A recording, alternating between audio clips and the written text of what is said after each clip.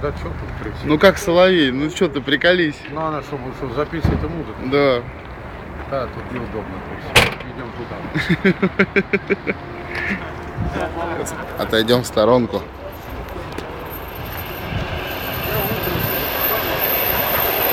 Сейчас электричка проедет. Сейчас это пройдет, он шумит. Едет электричка, шумит.